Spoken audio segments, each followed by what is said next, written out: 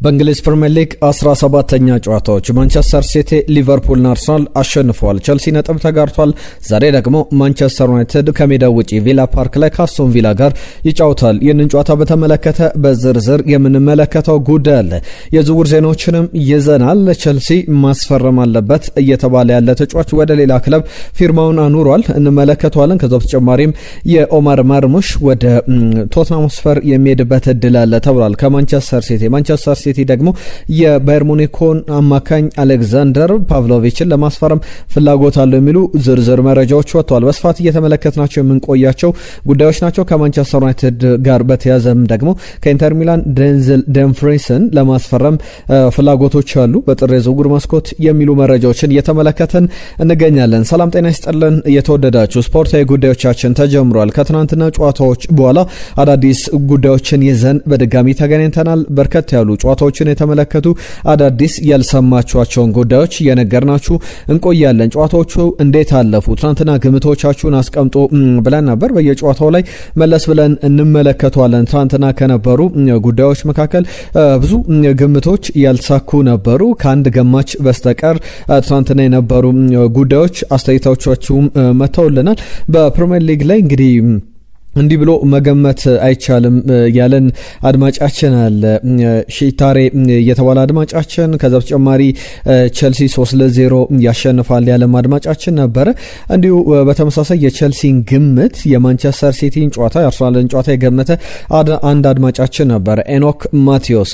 ማንቸስተር ሲቲ ከዌስትሃም 2-2 ይጠናቀቃል ብሎ ነበረ። ነገር ግን ማንቸስተር ሲቲ ነው ያሸነፈው። አርሰናል ከኤቨርተን 3-0፣ አርሰናል 1-0 ነው ያሸነፈው። የቸልሲና ኒውካስል ዩናይትድን ግን ሄኖክ ማቴዎስ በትክክል ገምቷል።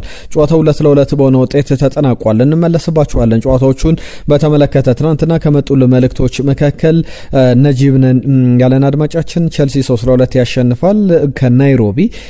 ነጂብ ሰንገሮ ከናይሮቢ በጣም ቀንደኛ የቸልሲ ደጋፊ ነኝ፣ 3-2 ያሸንፋል ብሎ ነበር። ጨዋታው ግን 2-2 ነው የተጠናቀቀው። ሞኬ የተባለ አድማጫችን ቸልሲ 2-1 በሆነ ውጤት ኒውካስል ዩናይትድን ያሸንፋል ብሎ ገምቶ ነበር። ሞኬ በተጨማሪም ሲጀምር የአርሰናል ተጫዋች ምን ተጫዋች አለውና ነው ወደ ማንቸስተር ዩናይትድ የሚመጥን ተጫዋች የለም የሚል መልእክቱን ጽፎልናል። ቸልሲ 3-2 ያሸንፋል ያለን ታጋይ ፒክቸርስ የተባለ አድማጫችን ነው። ኤርሚ ከአርሰናል አንድ ተጫዋች አለ ራይስ ለዩናይትድ የሚመጥን፣ ሌሎቹ ለዩናይትድ አይመጡንም፣ ለዩናይትድ የሚመጥነው ዋንጫ የለመደ ተጫዋች ነው የሚል መልእክቱን ልኮልናል። ሞሐመድ ሀሰንም አርሰናል 2-0 ያሸንፋል ብሎ ነበረ።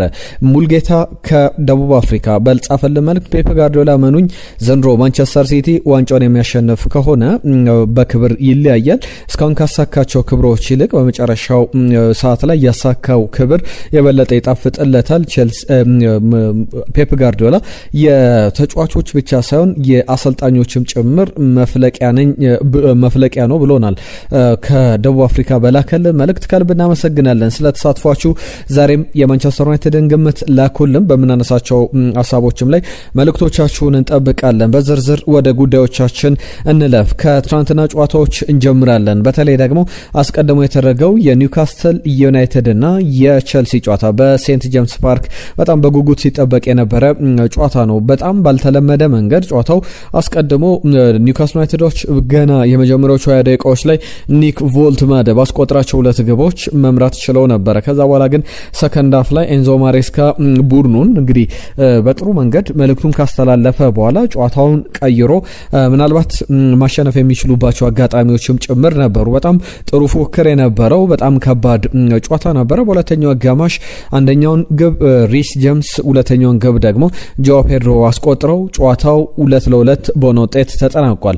ጆ ፔድሮ ቀጥታ አሲስት የተደረገለት ከግብ ጠባቂው ሮበርት ሳንቼዝ ነበረ። ከዚህ በፊት ፒተር ቼክ ለዲዲዬ ድሮግባ 2010 ላይ ቶትናም እና ቸልሲ ባደረጉት ጨዋታ ላይ ቀጥታ ከፒተር ቼክ የተሻገረችን ኳስ ዲዲዬ ድሮግባ አስቆጥሮ ነበር። እንግዲህ ከዛ ከ2010 የቶትናም ጨዋታ በኋላ ትናንትና ጆ ፔድሮ ከሮበርት ሳንቼዝ ከግብ ጠባቂው የተሻገረለትን ኳስ ግብ አስቆጥሮ ጨዋታውን ለቸልሲ ባቸው ውጤት እንዲያጠናቀቅ ቸልሲም 1 ነጥብ ይዞ እንዲመለስ ማድረግ ችሏል። ከሜዳ ውጭ የተደረገ ጨዋታ ነበረ። ከዛ በተጨማሪ ሪስ ጀምስ ቀጥታ የቅጣት ምት አስቆጥሯል። ትናንትና በጣም ቆንጆ የቅጣት ምት ነበር አሮን ራምስዴል ላይ ያስቆጠረው። ከዚህ በፊት ራሂም ስተርሊንግ ለቼልሲ ሴንት ጄምስ ፓርክ ላይ ያስቆጥራት 2023 ላይ ኖቬምበር ላይ ተደረገ ጨዋታ ላይ የምትጠቀስ ናት። ለቼልሲ ብቻ አይደለም ኒውካስል ዩናይትድ ላይ የተቆጠረ ሌላኛው ራሂም ስተርሊንግ ካስቆጥራት ግብ በኋላ የቀጥታ የቅጣት ምት ሆኗ ተመዝግባለች። ሪስ ጀምስን በተመለከተ ደግሞ 2022-23 ላይ አንድ ግብ ነበር በፕሪሚየር ሊጉ ያስቆጠረው። 2023-24 ላይ አላስቆጠረም። 2024-25 ላይ አንድ ነበረ።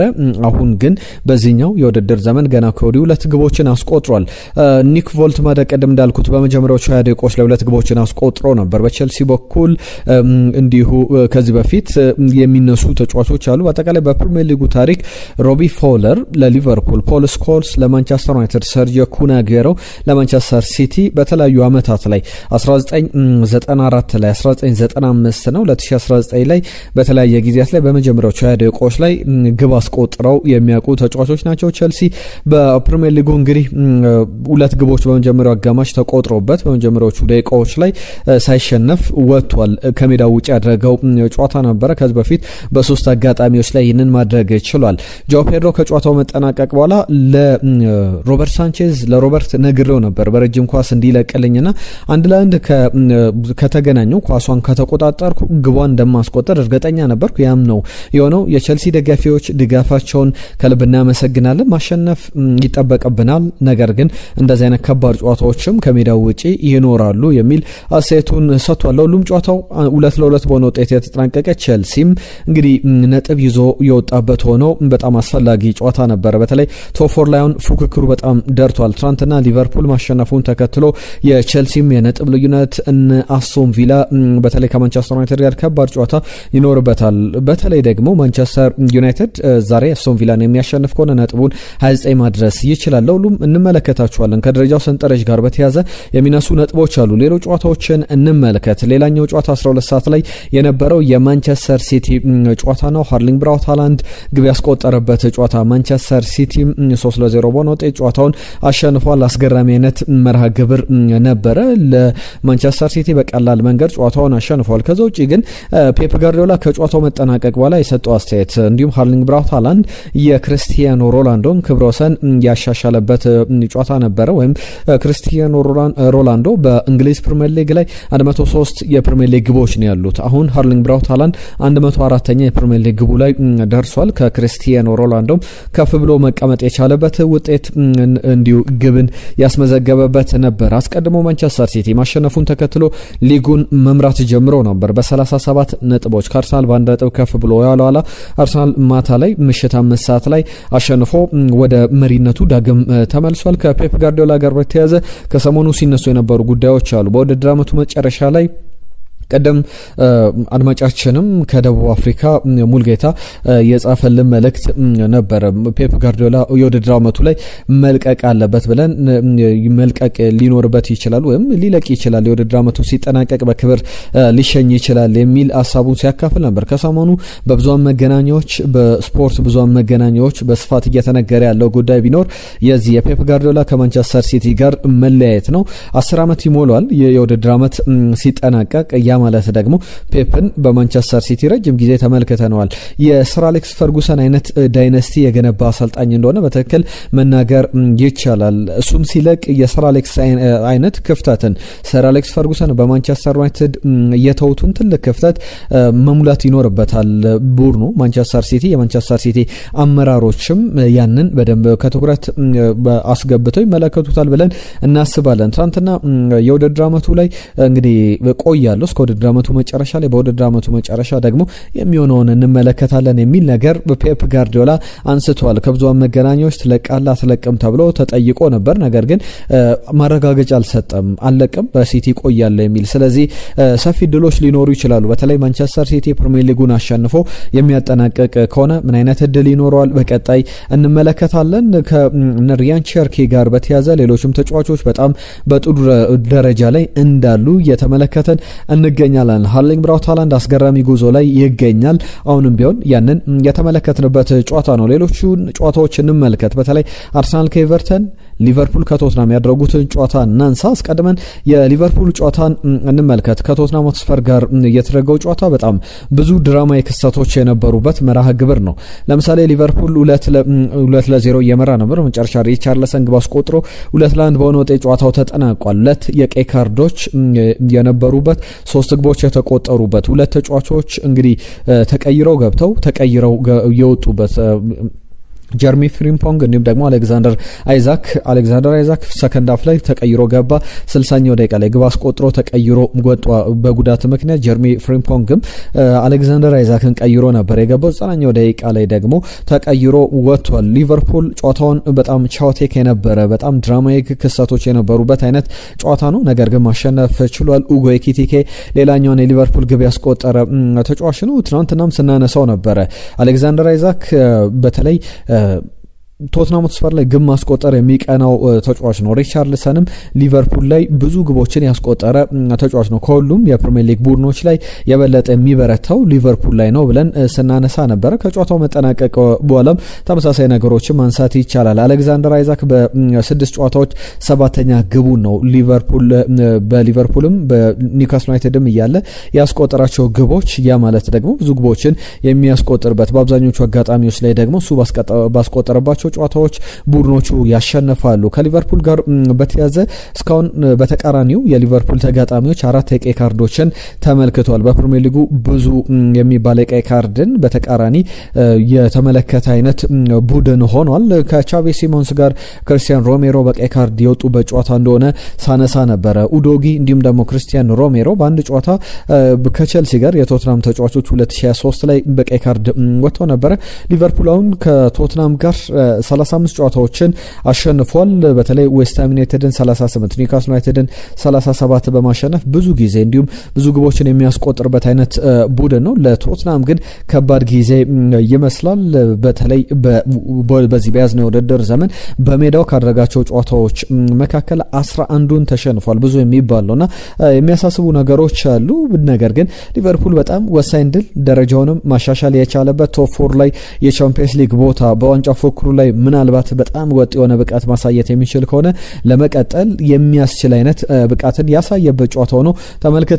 ለሁሉም በቀጣይ በስፋት የምንመለከተው አይነት ጨዋታ ሊሆን ይችላል። የደረጃ ሰንጠረዡ መለስ ብለን እንመለከተዋለን። ሌላኛው ጨዋታ የአርሰናልና ኤቨርተን ጨዋታ በአዲሱ ሂል ዲኪንሰን ስቴዲየም የተደረገ ጨዋታ ነው። አርሰናል ለመጀመሪያ ጊዜ ነው በዚህ ስቴዲየም ጨዋታውን እያከናወነው 1-0 በሆነ ውጤት ቪክተር ዮኬሬሽ 3ኛው ደቂቃ ላይ በፍጹም ቅጣት ምት ባስቆጠራት ግብ አርሰናል 1-0 በሆነ ውጤት አሸንፏል። ጨዋታውን እንዴት ተመለከታችሁት? እስቲ መልእክቶቻችሁን ጻፉልን። በአግሊ በሆነ መንገድ አስጠሊታ ወይም ደግሞ ምቾት በማይሰጥ መንገድ አርሰናል ጨዋታዎችን እያሸነፈ ቀጥሏል። ዋናው 3 ነጥብ ነው ሊባል ይችላል። ዋናው ድሉ ነው።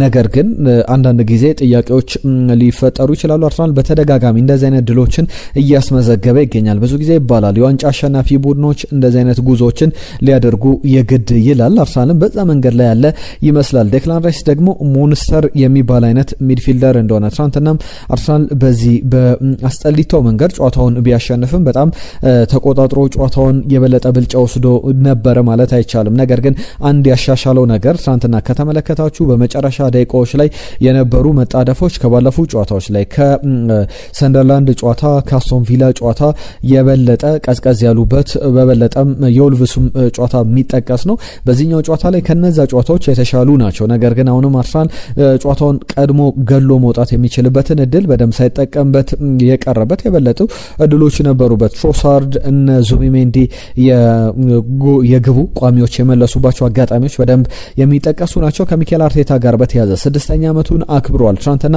ድፍን 6 ዓመታት ተቆጥሯል ወደ አርሰናል ከመጣ። በቀጣይ ቀናትም በስፋት መለስ ብለን አንዳንድ ጉዳዮችን ከዚሁ ከሚኬል አርቴታ የ6 ዓመታት ቆይታ በኋላ ልናነሳ እንችላለን። ከተጫዋቹ ጋር በተያዘ በቀድሞ ተጫዋችነት በኤቨርተን ተጫውቷል፣ በአርሰናልም ተጫውቷል። የሁለቱም ቡድኖች ተጫዋች ሆኖ አሁን ደግሞ በአርሰናል አሰልጣኝነት በጣም የሚገርም ጊዜን እያሳለፈ ይገኛል። ዘንድሮ ደግሞ የፔፕ ጋርዲዮላ መልቀቅ ጋር በተያዘ በሌሎች ተደራራቢ ምክንያቶች ነጥቦች ዋንጫውን ማሳካት ያለበት ይመስላል። ከጨዋታው ጋር በተያያዘ ቪክተር ዮኬሬሽ ብቸኛውን ግብ በፍጹም ቅጣት ምት ያስቆጠረው በአጠቃላይ ከ2023-24 የውድድር ዘመን ጀምሮ 19 ፍጹም ቅጣት ምቶችን መቶ በስፖርቲንግ ሊዝበን 17 በአርሰናል 2 ሁሉንም ፍጹም ቅጣት ምቶች አስቆጥሯል። ክሊኒካል የሚባል ጨራሽ ነው። ፍጹም ቅጣት ምቶች ላይ የአይምር የሚባል አይነት ተጫዋች እንደሆነ እየተመለከተ እንገኛለን። ከአርሰናል ጋር በተያያዘ የመጀመሪያ ግብ ካስቆጠረ ወይም ጨዋታዎችን መምራት ከጀመረ ዘንድሮ በያዝነው የውድድር ዘመን በ19 ጨዋታዎች ላይ ሁሉንም ጨዋታዎች መርቶ 19ኙንም ጨዋታዎች አሸንፏል። አንድም ጨዋታ ባቻ ውጤት አላጠናቀቀም። አርሰናል ከመራ ያሸንፋል ማለት ነውና እንደዚህ አይነት ተደጋጋሚ ግቦችን ባለፉት አዌ ከሜዳው ውጭ ያደረጋቸው 3 ጨዋታዎች ላይ የሰንደርላንድ ጨዋታ፣ የቪላ ጨዋታ፣ ሌሎችም ጨዋታዎች ላይ መጥቀስ ይቻላል። በተከታታይ 3 ጨዋታዎች ላይ ከሜዳ ውጭ ያደረጋቸው ጨዋታዎች ላይ ቀድሞ ግብ ተቆጥሮበታል። የተሸነፈባቸው ባቻ ውጤት ያጠናቀቀባቸው ጨዋታዎች የሚጠቀሱ ናቸው። የቼልሲ መርሃ ግብር የሚጠቀስ ነው። እንደዚህ አይነት ጨዋታዎችን አሁን ግን ትናንትና እየመራ ወጣ። በዛው ጨዋታው የተጠናቀቀበት መርሃ ግብር ሆኗል። ፍጹም ቅጣት ምት አስቆጥሮ ነው ትናንትና ያሸነፈው። ለመጨረሻ ጊዜ ክሪስታል ፓላስን ነበረ አንድ ግብ ብቻ ተቆጥሮ እሱም ግብ በፍጹም ቅጣት ምት ተቆጥሮ አርሰናል ያሸነፈው። ማርቲን ኦዴጋርድ ክሪስታል ፓላስ ላይ ፍጹም ቅጣት ምት አስቆጥሮ ሚኬል አርቴታ ትናንትና ቡካዮ ሳካ ፍጹም ቅጣት ምት መቺ ነው በሜዳ ላይ ነበር። ቪክተር ዮኬሬሽ እንዲመታ መደረጉ ፍጹም ደስተኛ ነኝ፣ ምክንያቱም ደግሞ ለአንዳንድ ተጫዋቾች አንዳንድ ጊዜ ፍጹም ቅጣት ምቶቹ ግቦቹ ያስፈልጋሉ የሚል አስተያየቱን ሰጥቷል። 2025-26 የውድድር ዘመን ላይ አርሰናል እንግዲህ እስካሁን በፕሪሚየር ሊግ ታሪክ 1992-93 የውድድር ዘመን ላይ ፕሪሚየር ሊጉ ከተጀመረ አንስቶ በተከታታይ እንግዲህ ክሪስማስ ላይ የፈረንጆቹ ገና ላይ ሊጉን እየመራ አጠናቆ ወይም ደግሞ ሊጉን እየመራ አጠናቆ ዋንጫ አላሸነፈም። ባለፉት አመታት ላይ ለምሳሌ 2 ጊዜ 2002 2003 የውድድር ዘመን 2007 2008 የውድድር ዘመን በማንቸስተር ዩናይትድ ተበልጧል። 2022-23 2023-24 ደግሞ በሊቨርፑል ዋንጫውን ተነጥቋል። ዘንድሮ ደግሞ ለአምስተኛ ጊዜ እየመራ አጠናቋል። በምን ያክል ደረጃ ቀጣይ የሚኖሩ ሂደቶች ይጠበቃሉ የሚለውን እናነሳለን። ከፕሪሚየር ሊጉ ጋር በተያያዘ ዛሬም ማንቸስተር ዩናይትድ የሚያደርገው ጨዋታ በጣም ይጠበቃል። ማንቸስተር ዩናይትድ ከአስቶን ቪላ ፓርክ ላይ የሚደረግ በጣም ወሳኝ ጨዋታ ነው። አንዳንድ ነገሮችን እናነሳለን ከማንቸስተር ዩናይትድ ጋር ዘንድሮ ስላሉ መሻሻሎች፣ ሌሎችም ጉዳዮች ይነሳሉ። አንድ ጉዳይ ግን ላስቀድም። ከዛ አስቀድመ ትናንትና ሪያል ማድሪድ 2-0 በሆነ ውጤት ሴቪያን አሸንፏል። 2 የቀይ ካርዶች በሴቪያ በኩል እየነበሩበት ነው። ኬሊያን ኤምባፔ ግብ አስቆጥሯል። ኬሊያን ኤምባፔ ግብ ሲያስቆጥር ቅድም ለክርስቲያኖ ሮናልዶ በኩል ሲነሳ ነበር። አንድ ክብረ ወሰን አሻሽሎ ነበረ ስል ነበረ ሃርሊንግ ብራውት ሃላንድ። ትናንትና ደግሞ በሪያል ማድሪድ ታሪክ በአንድ ካላንደር የውድድር ዘመን ላይ ብዙ ግቦችን በማስቆጠር ክርስቲያኖ ሮናልዶ 2013 ላይ 59 ግቦችን 14 አሲስቶችን አስመዝግቦ ነበረ። አሁን 59ኛ ግቡ ላይ ደርሷል። ኬሊያን ኤምባፔ በቀጣይ ቀሪ ጨዋታ ላይ ግብ ማስቆጠር የሚችል ከሆነ የሚጠበቅ ነው። 2013 ላይ ከነበረው ክብረ ወሰን በኋላ ይህንን ክብረ ወሰን ተጋርቷል። ትናንትና 2 ክብረ ወሰኖች በክርስቲያኖ ሮናልዶ በኩል አንደኛው የተሰበረ፣ አንደኛው የተሻሻለ ነው። አንደኛው ደግሞ ከሱ ጋር የተጋራው ነው። ኬሊያን ኤምባፔ በግብ ደረጃ 59 ግብ ያስቆጠር እንጂ 6 አሲስቶች ነው ያሉት በካላንደር ይሩ ላይ። ትናንትና ለቻቪ አሎንሶ እፎይታ የነበረበት ነው። ከዛ በተጨማሪ ኬሊያን ኤምባፔ ክርስቲያኖ ሮናልዶ ጓደኛዬ ነው፣ በራሴ አምን ነበረ፣ እንደ ትልቅ ጀግና የማይሆነው የሱንም ክብረ ወሰን ማሻሻል ክብር ይሰማኛል፣ ከሱ ጋር ክብረ ወሰኑ መጋራት የሚል ነገር አንስቷል። ቴክስት ያደርግልኛል፣ ሁሉ ጊዜ በሪያል ማድሪድ አዳፕት እንዳደርግ መልእክቱን ይልክልኛል የሚል ነገሮችን አንስቷል። ከዛ በተጨማሪ በትናንትና ጨዋታ ላይ ቪኒ ጁኒየር በሪያል ማድሪድ ደጋፊዎች ሲፏጭበት ነበረ፣ ተቃውሞ ሲሰማበት ነበረ። አሰልጣኝ ቻቪ አሎንሶ የሪያል ማድሪድ ደጋፊዎች ምንም ነገር የማድረግ መብት አላቸው የሚል ነገር አንስቷል። ተጫዋቹን ሊከላከለው አልወደደም። ምናልባት ሌላ ቅራኔ እንዳይፈጠር ስጋትን የፈጠረ ጉዳይ ሆኗል። አሁን ከባርሰሎና ጋር የ1 ነጥብ ልዩነት አላቸው። ባርሰሎና ደግሞ ዛሬ የሚያደርገው ጨዋታ ይጠበቃል። አርሰናል ሊጉን እየመራ ይገኛል። ዛሬ ማንቸስተር ዩናይትድ ከአስቶን ቪላ የሚያደርገውን ጨዋታ ደግሞ እንመልከትና ሌሎች ጉዳዮችን እናነሳለን። ቪላ ፓርክ ላይ የሚደረግ ጨዋታ ነው። ጨዋታውን በተመለከተ ብዙ ነጥቦች መነሳት ይችላሉ። የኦፕታ ሱፐር ኮምፒውተሮች ግምት አለ። እናንተን ግምት ደግሞ ጻፉልን። በተለይ ደግሞ ማንቸስተር ዩናይትድ ስንት በመቶ የማሸነፍ እድል አለው? በኦፕታ ሱፐር ኮምፒውተሮች ግምት መሰረት 57.2 በመቶ በአስቶን ቪላ አሸናፊነት ይጠናቀቃል። ማንቸስተር ዩናይትድ 20 በመቶ ጨዋታውን የማሸነፍ ቅድሚያ ግምት ተሰጥቶታል። አስቶን ቪላ እንግዲህ 10 ተከታታይ ጨዋታዎች በሁሉም ውድድሮች ላይ የማሸነፍ ጉዞን ለማጠናከር ወደ ሜዳ የሚገባበት ነው። ከማንቸስተር ዩናይትድ ጋር በተያያዘ ደግሞ ለብሩኖ ፈርናንዴዝ የተለየ አይነት ጨዋታ ሊሆን ይችላል። በእንግሊዝ ፕሪሚየር ሊግ ታሪክ የመጀመሪያው ተጫዋች ሊሆን ይችላል። በምን ረገድ ካላችሁ በእንግሊዝ ፕሪሚየር ሊግ ታሪክ እንግዲህ በተከታታይ ከሜዳ ውጪ በተደረጉ 6 ጨዋታዎች ላይ አሲስት በማድረግ የመጀመሪያው ተጫዋች ሊሆን ይችላል። እስካሁን 5 ተከታታይ ጨዋታዎች ላይ አሲስት አድርጓል። የመጀመሪያው ፕሪሚየር ሊጉ ተጫዋች ሆኖ ልንመለከተው እንችላለን። ሩበን አሞሪም 3 ወሳኝ ተጫዋቾችን ያጣሉ። እነዚህም 3 ወሳኝ ተጫዋቾች ብሪያን ምቦሞ፣ አማድ ዲያሎና ኖስር ማዝራዊ ናቸው። በተለይ ሁለቱ የፊት መስመር ተጫዋቾች አማድ ዲያሎና ብሪያን ምቦሞ በጣም ወሳኝ ማንቸስተር ዩናይትድን ሊያጎሉ የሚችሉ ናቸው። በምን አይነት አሰላለፍ ሩበን አሞሪም ሊመለሱ ይችላሉ በሜዳ ላይ የሚለው የሚጠበቅ ነው። ከባለፈው የቦርመዝ የ4-4 ጨዋታ በኋላ ብዙ ነገሮች ይጠበቃሉ። ሌኒዮኖ ከማርቲኔዝ እንዲሁም ደግሞ ሉክሾና ዲየጎ ዳሎት በመስመር ተከላካይነት ገብተው በ4-3-3 አጫወት ሊሰለፉ ወደ ሜዳ ሊገቡ ይችላሉ። አማካኝ ስፍራ ላይ ኡጋርቴ፣ ኮቢ ሜኖና ፈርናንዴዝ እንዲሁ ካዝሜሮን በዚህ ጨዋታ ላይ በቅጣት ምክንያት አይኖርም። 5 ቢጫ ካርዶችን መመልከቱን ተከትሎ ሜሰን ማውንት፣ ቤንያሚን ሼሽኮ እንዲሁም ደግሞ ማቲያስ ኩና ከፊት መስመር ላይ ቡድኑን የሚመሩ የሚጠበቁ አይነት ተጫዋቾች ናቸው። ሌሎችም ተጫዋቾች ይጠበቃሉ። በተለይ በ4-2-3-1 ሊሰለፉ ይችላል ማንቸስተር ዩናይትድ። ኮቢ ሜኖና ማኑኤል ኡጋርቴን አማካኝ ስፍራ ላይ አንዳንድ ጊዜ ሲጣመሩ ባለፈው የውድድር ዘመን ጥሩ ጥምረት እንዳላቸው የተመለከትናቸው ናቸው። ከኋላ ሉክሾ፣ ዮሮ ዶርጉና እንዲሁም ደግሞ ዲየጎ ዳሎት በተከላካይ ስፍራ ላይ እንዲሁ በምንም አይነት አሰላለፍ ቢገባ ማንቸስተር ዩናይትድ ሰን ሎመንስን በግብ ጠባቂ ቦታ ይዞ እንደሚገባ ይጠበቃል። ብሩኖ ፈርናንዴዝ ወደፊት ጠጋ ብሎ እንዲጫወት፣ ማቲያስ ኩና፣ ቤንያሚን ሼሽኮና ሜሰን ማውንት ደግሞ መስመር ቦታዎች ላይ አጥቂ ስፍራውን እንዲይዙ ማድረግ ወይም ደግሞ እንደተለመደው በ3-4-3 በ3-4-2-1 አሰላለፍም ሊገቡ ይችላሉ። እነ ኡጋርቴን እንዲሁም ደግሞ ፈርናንዴዝን አማካኝ ስፍራ ላይ ከፊት 3 የተጠበቁ አጥቂዎች ናቸው። እነ ሄደን ኤቨን፣ ዮሮና ሉክሾውን ከተከላካይ ስፍራ ላይ አድርጎ ማንቸስተር ዩናይትድ ሊገባ ይችላል። በዚህ ጨዋታ ላይ አሁንም ማቲያስ ዴላይት፣ ሃሪ ማግዌር ወደ ሜዳ አይመለሱም። በጉዳት ምክንያት ከጨዋታ ውጪ መሆናቸውን ተመልክተናል። በያዝነው የውድድር ዘመን ማንቸስተር ዩናይትድ በአንዳንድ ቁጥሮች ሊጉን ይመራል። በአስገራሚ ሁኔታ በጣም የሚገርም የውድድር ዘመን እያሳለፈ ይገኛል። መከላከሉን ቢያሻሽል ዩናይትድ የሊጉ መሪ መሆን የሚያስችለው አይነት የማጥቃት አማራጮች አሉት። ብዙ መሻሻል ያለበት ቡድን ነው መከላከሉ ላይ። ማጥቃቱን ግን ዘንድሮ ብዙ አሻሽሏል። እንዴት አይነት ጉዞን እያደረገ ነው የሚለውን ቁጥሮችን እንመለከታለን። ነገር ግን በሊጉ ላይ የሊጉ መሪ ነው። ቻንስ ክሬት በማድረግ በጣም ግልጽ የሚባሉ እድሎችን በመፍጠር በሊጉ ላይ መሪ ነው። ሊቨርፑልን ያስከትላል። ማንቸስተር ሲቲና ቸልሲን አስከትሎ ሊጉን እየመራ ይገኛል። ብዙ የግብ ሙከራዎችን በማድረግ ሾቶችን በማድረግ ደግሞ 266 ሙከራዎችን በማድረግ ከሊቨርፑል ከአርሰናልና ከቸልሲ መቅደም ቀዳሚ ቡድን ነው። ሊቨርፑል 250 አርሰናል 233 ሙከራዎችን አድርጓል እስካሁን ባለው የፕሪሚየር ሊግ ሂደት። እነዚህ ሙከራዎች መካከል ደግሞ ኦን ታርጌትም በመብለጥ ቀዳሚ ቡድን ነው። 91 ኦን ታርጌት ሙከራዎች አሉት። ማንቸስተር ሲቲ 86፣ አርሰናል 82 እስከ 3ኛ ደረጃ ያለውን በሊግ እንደ አልተርኔቲቭ ቴብል ብንመለከተው በዚህ ደረጃ የማንቸስተር ዩናይትድ ነገር ይነሳል።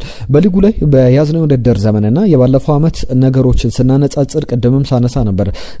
ግብ በማስቆጠር ረገድ ማንቸስተር ዩናይትድ ብዙ ተሻሽሏል። ለምሳሌ በሊጉ ላይ ከሲቲ በመቀጠል ካልተሳሳትኩ ብዙ ግቦችን ያስቆጠረ ቡድን ነው። ለምሳሌ አንዳንድ ቁጥሮችን እንመልከት። ባለፈው የውድድር ዘመን በሙሉ 38 የሊግ መርሃ ግብሮች 44 ግቦችን ብቻ ነበር ያስቆጠረው። ዘንድሮ ግን 16 ጨዋታዎችን አድርጎ 30 ግቦች ላይ ደርሷል።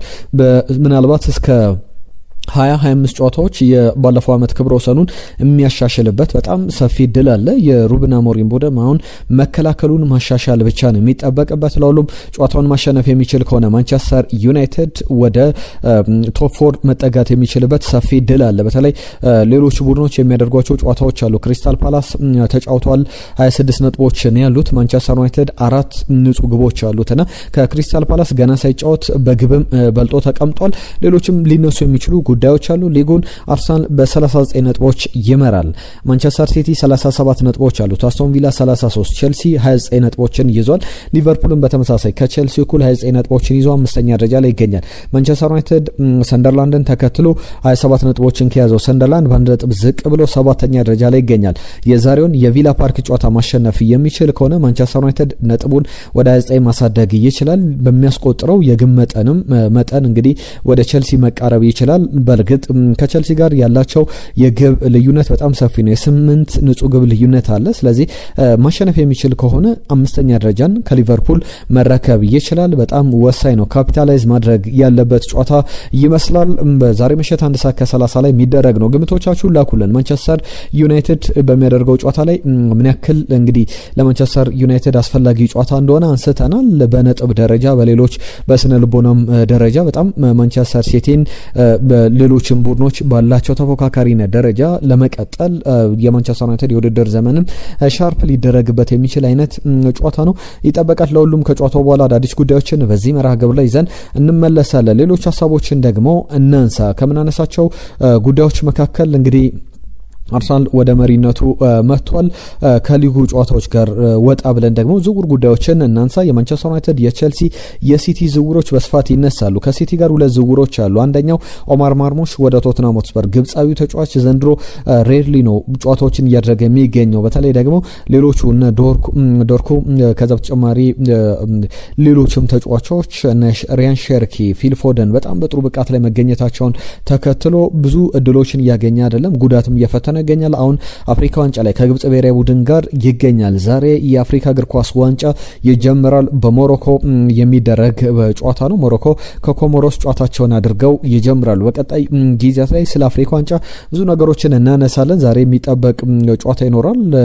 ከዛ ውጪ ግን ኦማር ማርሙሽ በግብጽ ብሔራዊ ቡድን በኩል ወደ አፍሪካ ዋንጫ አምርቷል። ነገር ግን ተጫዋቹ በቀጣይ ጊዜያት ላይ ወደ ቶትናም ዝውውሩ ሊያደርግ የሚችልበት እድል አለ ተብሏል። ከሲቲ ጋር በተያያዘ ፔፕ ጋርዲዮላ ዘንድሮ ዋንጫውን ማሸነፍ ይፈልጋል።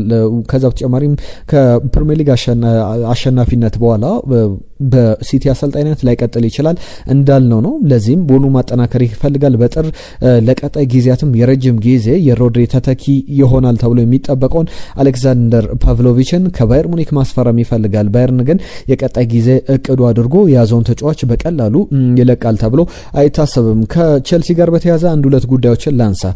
ከሰሞኑ ጆን ቴሪ አንድ ሀሳብ ሲሰጥ ነበረ። የጆን ቴሪ ሀሳብ ቼልሲ አንድ ተጫዋች ማስፈረም አለበት፣ ልምድ ያለው በቀጣይ ጊዜያት ላይ በቼልሲ ውድድር ዘመን ላይ የቼልሲን ውድድር ዘመን ሼፕ ማድረግ የሚችል አይነት ተጫዋች ነው የሚል ነገር ሲያነሳ ነበር። እሱም ቲያጎ ሲልቫ መፈረም አለበት፣ ልምድ ያለው የቼልሲ ቤተኛ የቼልሲ ቤተሰብ ነውና ካለው ጥሩ ግንኙነት አንጻር ቼልሲ ይህንን ተጫዋች ማስፈረም አለበት። ሁለቱ ልጆቹ እኮ በቼልሲ አካዳሚ ነው ያሉት፣ ስለዚህ ወደ ቼልሲ መምጣት አለበት ሲል ነበር። በመጨረሻም ግን ቲያጎ ሲልቫ ቼልሲን ሳይሆን የተቀላቀለው ፖርቶን መቀላቀሉ ተሰምቷል። እስከ 2026 ወይም ደግሞ በሚቀጥሉ 6 ወራት የ41 ዓመቱ ቲያጎ ሲልቫ በፖርቶ በፖርቹጋል በስታዲዮ ዶ ድራጋኦ ቆይታ ያደርጋል። በጣም የሚጠበቅ አይነት ወደ ቼልሲ ቢመለስ የቼልሲን ተጫዋቾች ልምድ ማሳደግ የሚችል አይነት ተጫዋች ይሆናል ተብሎ ሲጠበቅ ነበር። ምናልባት ባለፉት ቀናት በእንግሊዝ ነበረ፣ ነገር ግን ምንም አይነት ፍንጮች አልነበሩም። ቼልሲ ግን ተጫዋቹን ለማስፈረም ፍላጎት ቢኖረው ተጫዋቹን በቀላሉ ማግኘት ይችል ነበር። ነገር ግን ያ ሳይሆን ቀርቷል። ወደ ፖርቶ ዝውውሩን ማጠናቀቁን ተመልክተናል። ከዛ ውጪ የማንቸስተር ዩናይትድ ጉዳይም ይነሳል። ከዩናይትድ ጋር በተያያዘ ደንዝል ደምፍሪስን በዊንግ ባክነት ለማጫወት ፍላጎት አለው። የተጫዋቹም ዝውውር ሊጠናቀቅ የሚችልበት ሰፊ እድል አለ በሚሉ ብዙ ዘገባዎችን እየተመለከተን እንገኛለን። ከኢንተር ሚላን ነው ተጫዋቹን ለማስፈረም ማንቸስተር ዩናይትድ ፍላጎት አለው። በእርግጥ ኒውካስል ዩናይትድም በዚህ በጥር የዝውውር መስኮት ተጫዋቹን ማምጣት ይፈልጋል። 29 ዓመቱ ላይ ይገኛል።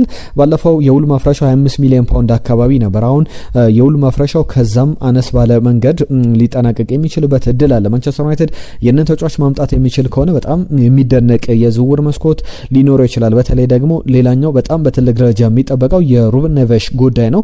ዴንዝል ደምፍሪ፣ ሩበን ኔቬሽ የሚመጡ ከሆነ በተለይ አንቶኒዮ ሴሜኒዮንም መጨመር የሚችል ከሆነ ምናልባት በቀጣይ ክረምት ማንቸስተር ዩናይትድ ብዙ ዝውውሮች ላይ መሳተፍ ላያስፈልገው እንኳን ይችላል። ያሉ ተጫዋቾችን እያሳደገ ውህደቱን ማምጣት የሚችልበት እድል አለ። በጣም የሚጠበቅ አይነት የዝውውር ሂደት ነው። ለሁሉም የተወደዳችሁ አብራችሁን ስለነበራችሁ ከልብ እናመሰግናለን። በርከት ያሉ ጉዳዮችን አነሳን። ቤስት ስፖርትን ሰብስክራይብ አድርጉ። ቤተሰቡን አዳዲስ ጉዳዮችን ይዘን እንመጣለን። ስለምታደምጡን ጊዜያችሁን ስለምትሰጡን አብራችሁን ስላላችሁ ከልብ እናመሰግናለን። መልእክቶቻችሁን ጻፉልን። ለዛሬ ግን እዚህ ላይ እናጠናቅቃለን። ጤና ይስጥልን።